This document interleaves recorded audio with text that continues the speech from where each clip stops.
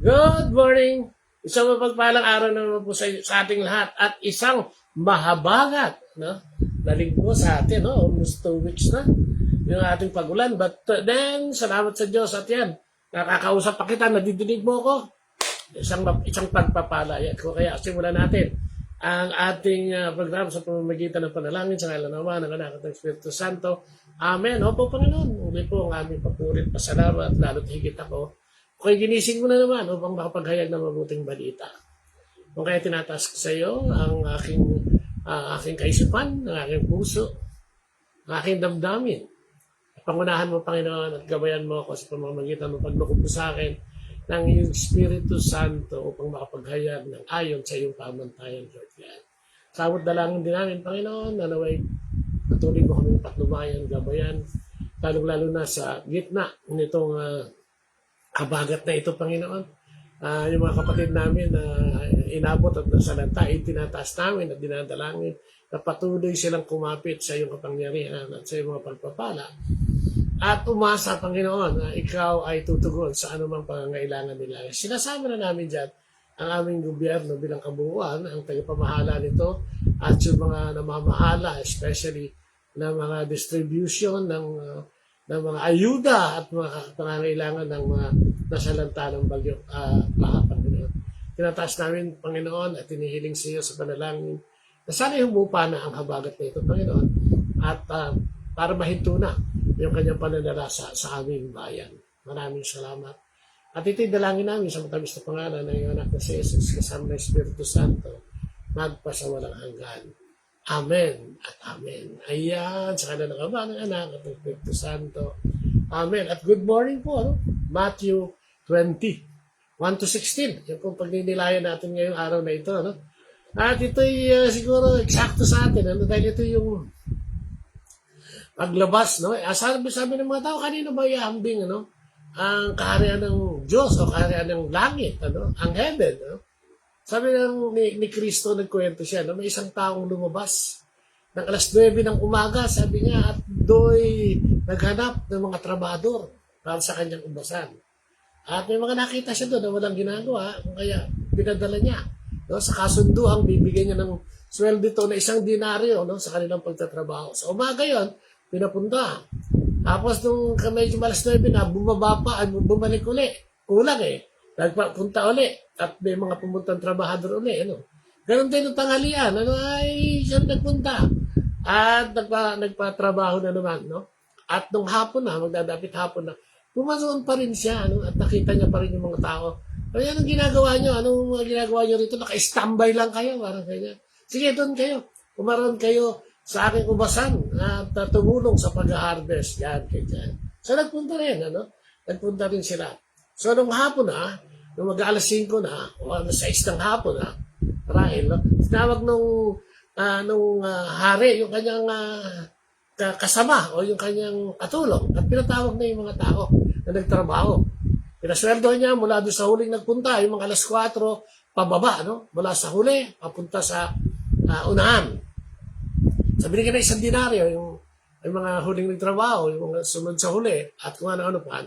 So sabi ng mga naunang nagtrabaho ng mga alas 9, o kung anong oras mo sila nagsimula, sabi niya, naku, umasa sila, at sinabi sa isip nila, mas malaki ang tatanggapin natin. Dahil mas nauna tayo dito sa mga ito. Mas napagod tayo, parang ganyan. Nung dumating sa kanila, 1 denaryo din. Pumalag. Sabi niya, ba't ganun? Bakit yung iba, Ganyan tayo, ba't ganun? Yung mga, konti lang ang tinrabaho, tapos kami, tagal-tagal namin dito, mula ko naman, ganyan lang ang sweldo namin. So, parang tayo din, tayo, kung nakasilip ng butas na pwedeng magreklamo, at i-justify yung ating sarili, ay bigyan ng katuwiran, ang ating sarili, kampihan ang ating sarili. Ganyan ang ginagawa natin. Kahit sa ibang tao, minsan pati sa Diyos, bakit siya may biyaya? Samantarang drug lord yan, etc., etc. Smuggler yan, scammer yan, di ba? Scammer yan sa flood control, ganyan, Ganyan tayo, Kami, wala naman kami ginagawa masama, pero ba't wala kami biyaya? Parang ganyan, So, yan ang nangyari, nagreklamo siya. Question niya ngayon, yung may-ari. Sabi niya, ba't gito? Sabi ng may-ari, wala ba akong karapatan, sabi niya, kung ano yung gusto kong mangyari, O baka naiinggit ka lang, di ba? Wala ba akong karapatan sa gusto kong gawin doon sa aking kayamanan? No? Baka naiinggit ka lang, parang ganyan ang dating. Sige na, kunin mo na ang sweldo mo at umalis ka na. Yun ang ending, no? Pinaalis na. No? So kung titignan mo yun, parang, oo nga naman, no? Parang hindi parehas yun, no? Hindi parehas dahil magkapon siya ron. Pero may kwento dyan, no? Parang yung side story dyan. Eh, yun namang umaga pa lang na nandun doon, nagpakasasa na doon sa bunga ng ubas. Di ba? Parang nag-enjoy na sila, unlimited na ubas. Parang ganyan. Considering wala silang trabaho, ibig sabihin, medyo walang laman na sikmura yung mga yan. Kasi wala kang trabaho, walang pagkukunan ng pambili. Pero ito ay maghapon na libre. Baka may tanghalian pa nga yun, merienda, tanghalian. No? Tsaka merienda pa uli. Pero hindi nila nakikita yon. No? Ang nakikita nila, yung kanilang maghapong stay doon, pagod, yung init, yung nabilad sila, yun ang kanilang binibilang. Hindi binilang yung mabuting naibigay sa kanila noong maghapon na yun, ano? Kaysa naibigay doon sa mga huling dumating. Na wala na lang, isang dinaryo na lang eh. Na wala silang pagkain, hindi sila kumain, wala lahat. No? At yun ang minsan yun ang minsan na gusto natin tignan, no? Pagnilayan, no? Sa buhay natin ito, di ba? Sa buhay natin ito, yung biyaya, binibilang natin, o mas binibilang natin, yung negatibo, no? Sa darating sa atin na tugon ng Diyos, no? O sa lahat ng tugon ng Diyos, ang bibilangin natin yung hindi natin gusto. Yung bang tugon na hindi eksakto, hindi tama sa iniisip mo, no? So yun ang hindi answered prayer sa atin. At mas mabigat sa atin yun. Hindi na natin kinukonsider paano yung mga binigay na maayos at ayon sa iyo o yung gusto mo talaga, no? Madalas na nagiging hindrance, no, sa ating pagtutuloy, pagtataguyod ng ating buhay, pati buhay pa na ng parataya, ay sobrang pagiging reklamador. No, masyado tayong mareklamo kung minsan. Masyado tayong maraming hinahanap, no? Sa buhay natin to, no? Bilang mga taong ordinaryong tao, no? Kinaiingitan natin yung mas meron sa atin. No, naingita, oy, bakit siya nagnanakaw lang pero yaman. Oy, bakit ito, di ba, nakatayo lang pero ganito, ganyan, etc. Pinupuna natin lagi yun. Yung inggit ba, yun ang nananalaytay sa ating kaisipan at sa ating puso, damdamin, no? Pagka meron sila o wala ka, no? Kaya kailangan yun ang tanggalin natin, di ba? Kailangan nating palakihin o palaguin ng Diyos sa buhay natin. I-increase natin ang Diyos at tayo mag-decrease, no? Ay, ibig sabihin nito, para magkaroon tayo ng humility, pagpapakumbaba, no? Huwag nating silipin yung meron ng iba at ikumpara ang ating sarili dahil magkakanya-kanya tayo ng estado sa buhay at kanya-kanya tayo ng pagpapala, no? Mula sa Panginoon. Ang magaling lang sa iba ay mga nakukontento ay bilang na bilang yan yung pagpapala. Katulad nung nagising ka na naman at magkaharap tayo ngayon. Di ba? Kapatid na Deo de Leo nandito dyan. Oh. Tsaka si Sister Leia na misis ko nandito dyan. At marami pa yung pupunta kami. No? Libutin yung nagpupunta rito sa ating sa ating Facebook no? Tumitingin. No? Nagtitingin ngayon, di ba? Ay, pinagpala ka kasi may nakita ka na naman. No? For as long as tayo nabibuhay, nagbibigyan ng pagkakataon para mabuhay, dapat yung pag-asa ay dapat yun ang tinitignan natin. Hindi yung kawalang pag-asa. Madalas yung kawalang pag-asa, no? Tignan mo na lang, no? Tignan mo na lang. Katulad ngayon, di ba? Naku, kung titignan mo ngayon sa TV, mapapanood sa TV, at nakikinig ka sa mga balita, kawawa talaga. Yung mga lumubog na naman. At yung iba, 10 taon nang nakalubog. Ito, isipin mo, bakit kaya nandoon pa sila? Doon pa rin nakatira. Maaring wala silang choice. No? Pero maaring sila din ay nag-aantay, no? Ng tugon ng Panginoon para sa kanilang pangangailangan. Dahil wala namang problemang hindi natapos. Medyo morbid yun ba? Dahil ito yung kakasalanan, no? Ayaw natin minsan pag-usapan dahil madidikdik na naman dito yung mga corrupt official ng gobyerno na nakakasawa na. Hindi naman sila nagsasawa sa pagnanakaw Kaya kung minsan hindi na sila dapat kasama sa usapan, ipanalangin na lang natin sila na magbago, no? At maisip nila ng lahat ay may katapusan, di ba? Sabi nga nila ang kamatayan, death is certain, no? But eternal life is real. Talagang siguradong mamamatay. At pag namatay ka nang hindi mo binago ang buhay mo, may paglalagyan ka, sabi nga ni Lord, may paglalagyan ka. Di ba? Lahat ng naging sanhi ng kapahamakan ng bawat isa. O, no? O nagkaroon ng pagkakasala ang isa dahil sa iyo, ay may pananagutan ka. Mabuti pa sa iyo ang sabitan, ang gilingang bato. Yung gilingan na ginagamit nila dati is bato sa bato yun eh. Ilalagay doon yung gigiligin. Mabigat yun. Napakabigat nun. Pwede yung isabit sa leeg ng tao, itihagis ka sa dagat, hindi ka na makakaahon dahil sa bigat nun. Diba? So meron yung paglalagyan. Kasi siguro hindi na natin dapat tinitingnan yun. No? Dati, nagagalit ka. No? Ako laging nagagalit pag ganyan na, impeach na, etc. Pero marirealize mo, no, in the end na, pag pinagkatiwala mo sa Diyos, yun na. Di ba? Wala tayong magagawa. Sila na lang yung nag-iisip. At kung sino man yung nagpapaisip sa kanila, nagawa ng masama, ay sa kanila na. Sila na yun eh. Huwag na nating intindihin yun. Ang kailangan natin, ipanalangin lang. Ang kaisipan yun ay magbago at mapalitan ng Espiritu Santo ng Diyos para mas maganda ang buhay para sa lahat. Di ba? Reklamo. Natin eh. Sabi, the Kingdom of God. No? Yun yung parang title natin ngayon. Eh, no? Kaharian ng Diyos. Ang kaharian ng Diyos ay payapa. Sigurado yan. Peaceful. Talagang lahat ng pangangailangan natin ay sinabi na nandun na. Wala nang marriage doon eh, di ba? Sinasabi sa Biblia. Lahat ay magkakasundo-sundo. No? Na malabong mangyari dito sa atin dahil sa dami ng inggit, selos, galit. Doon mawawala na ito mga ito. Mawawala na ito mga galit na ito. No? At hindi na pahihintulutan doon. No? Yung mga tantrums mo. So ang sinasabi lang natin siguro ngayon, ang kaharian ng Diyos ay kaharian ng pagmamahal at pag-ibig sa bawat isa. Yung nagpatrabaho, no, yung tao na nagpatrabaho maghapon, yun ay nagbibigay ng chance sa atin. At lahat tayo ay binibigay ng chance.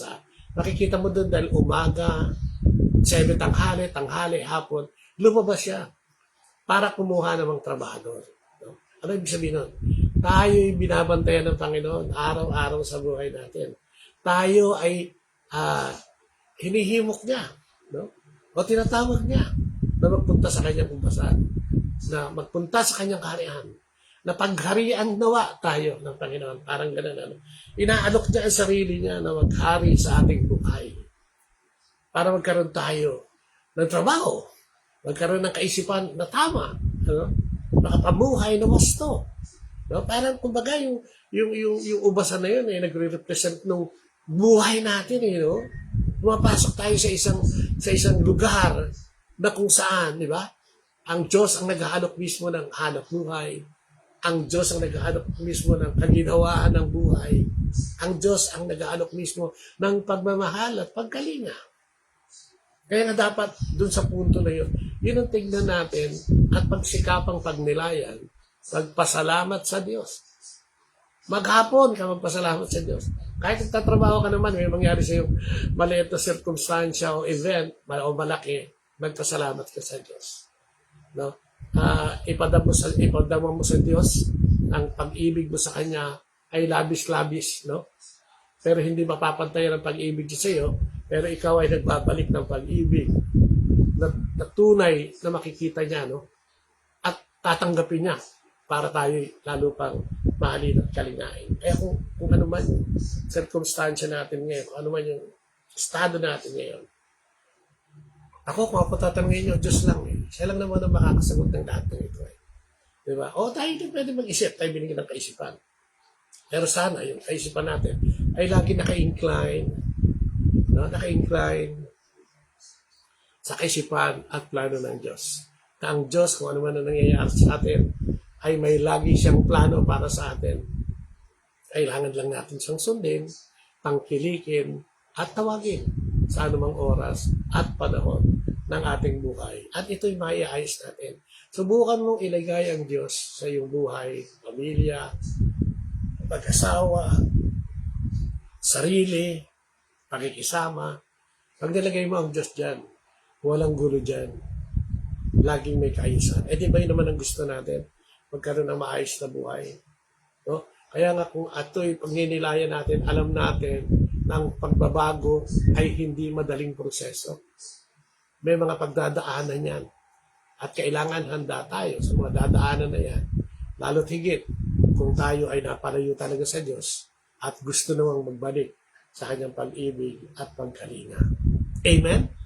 Yun no? Yan ang kaharian ng Diyos. Hinihimok lahat, tinatanggap lahat, binibigyan ng pagkakataon ng bawat isa. Parang muling manumbalik sa Kanya. No? Amen? And amen. Ayan, and then the Father, Son, the Holy Spirit. Amen. Salamat, Panginoon, sa araw na ito. Salamat sa ubasan. Salamat sa alok mong trabaho.